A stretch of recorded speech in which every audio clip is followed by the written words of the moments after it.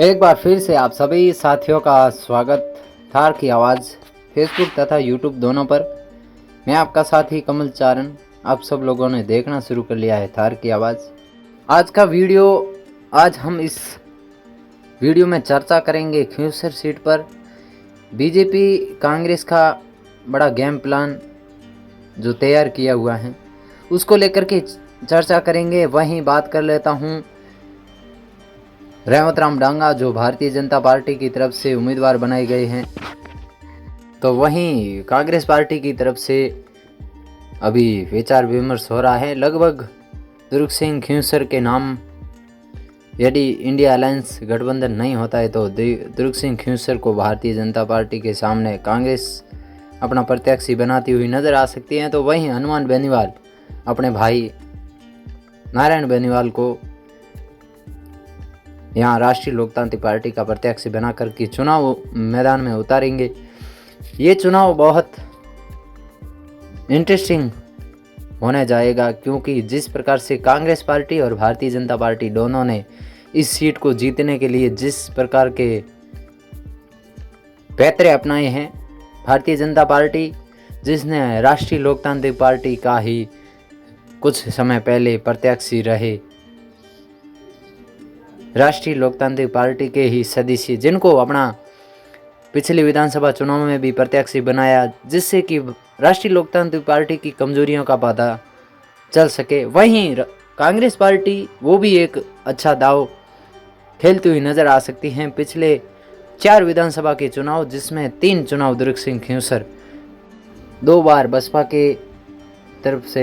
Party की तरफ से चुनाव लड़े, तो वहीं एक बार निर्दलीय, टोटल 4 चुनाव हुए जिसमें दुर्ग सिंह खिंवसर 3 बार चुनाव लड़े हैं। काफ़ी अच्छा उनका भी क्रेज है। वहीं कांग्रेस पार्टी राजपूत वोटर्स को सांधने के लिए, राजपूत वोटर्स को अपनी तरफ कन्वर्ट करने के लिए यदि दुर्ग सिंह खिंवसर को टिकट दे करके प्रत्याशी बना करके यहाँ चुनावी मैदान में उतारती हैं, तो वो कांग्रेस पार्टी के लिए यहाँ के वोट परसेंटेज भी में काफ़ी बढ़ोतरी होती हुई भी दिख सकती है। और यहाँ से दुर्ग सिंह चौहान जो हनुमान बेनीवाल की पार्टी को काफ़ी चुनौती देते हुए भी नज़र आ सकते हैं। वैसे दुर्ग सिंह जिनका और हनुमान बेनीवाल का यहाँ की राजनीति में काफ़ी बड़ा क्रेज़, बड़ा नाम भी है। दुर्ग सिंह जो बसपा से 2 बार प्रत्याशी बने, उस समय भी वे काफ़ी अच्छे वोट लेके गए थे। वहीं रेवत राम डांगा जो हनुमान बेनीवाल की कमियां भी जानते हैं, जो पिछले विधानसभा चुनाव जो उपचुनाव हो रहे हैं, हनुमान बेनीवाल के सांसद बनने के बाद ये उपचुनाव हो रहा है, उससे पहले यहाँ से हनुमान बेनीवाल जीत के गए रेवत राम डांगा के सामने। उनमें रेवत राम डांगा काफ़ी अच्छा टक्कर देते हुए भी दिखे थे। जो उस चुनाव में खिंवसर से दुर्ग सिंह भी लड़े थे, जो हम देख रहे हैं ये तस्वीरें। साइकिल से दुर्ग सिंह अपना चुनावी कैंपेन को मॉनिटरिंग किया था। वहीं रेवत राम डांगा जिनका भी काफ़ी अच्छा एक तरफा माहौल दिख रहा था, उसमें रेवत राम डांगा बहुत करीब ही वोटों से हारे थे। हनुमान बेनीवाल को यहाँ से बहुत बड़ा सबक मिला था। यहाँ से हनुमान बेनीवाल मतलब हारते हारते जीत गए थे बहुत करीबी वोटों से। इससे पहले वे 1 मंथ पहले ही जब रेवत राम डांगा भारतीय जनता पार्टी में आए थे, यदि कुछ टाइम पहले आते हैं तो यहाँ भारतीय जनता पार्टी का परचम लहराते हुए भी देख सकते।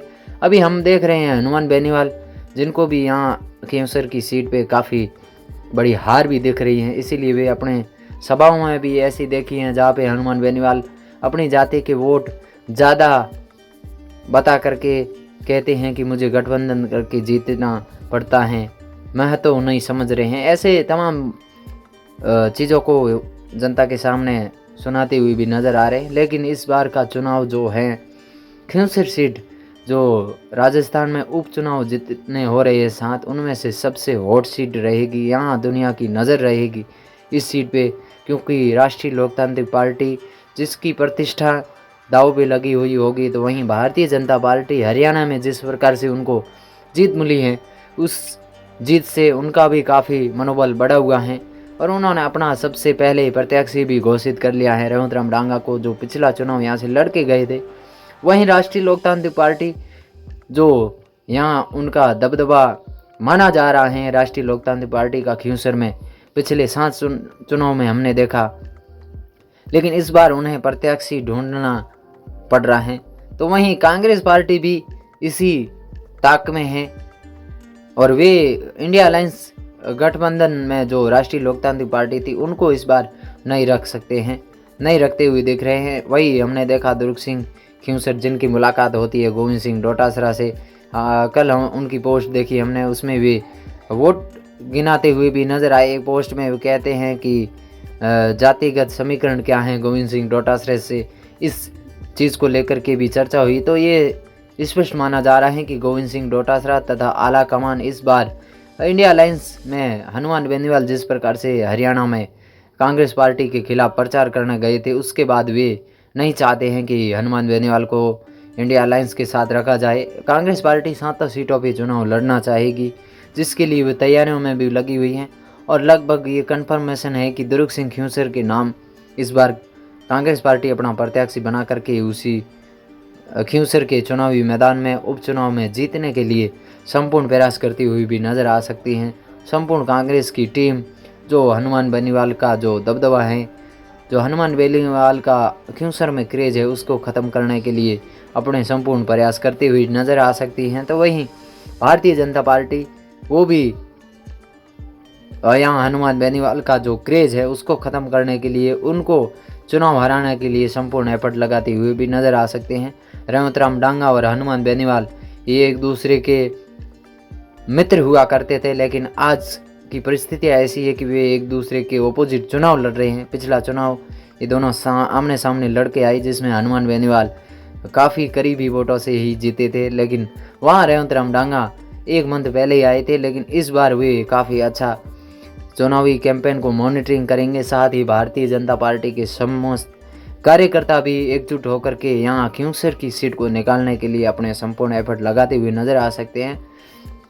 तो वहीं हनुमान बेनीवाल अपने राष्ट्रीय लोकतांत्रिक पार्टी के कार्यकर्ताओं से भी गुहार लगाते हुए नज़र आ रहे हैं कि अकेले हैं, उनके साथ किस प्रकार से वे ये भी कहते हुए नज़र आ रहे हैं कुछ संबोधन में कि प्रत्याशी आप खुद तय करोगे किसको बनाना है। यानी कि वे भी इस तरीके की बातें करके प्रत्याशी का नाम जनता से खुलवाना चाहते हैं, लेकिन वो चीज़ें स्पष्ट है कि वे पारिवारिक अपने सदस्य को ही इस बार उम्मीदवार बनाते हैं। क्या होता है स्थितियाँ, लेकिन गोविंद सिंह डोटासरा जो इस बार गठबंधन को लेकर के काफ़ी नाखुश भी नज़र आ रहे थे, क्योंकि हमने देखा हरियाणा के जो चुनाव हुए थे उसमें हनुमान बेनीवाल की पार्टी और हनुमान बेनीवाल खुद निर्दलियों के साथ तथा कुछ ऐसे कांग्रेस के खिलाफ भी प्रचार करते हुए नजर आए। क्या होता है इस चुनाव में, जरूर देखिएगा।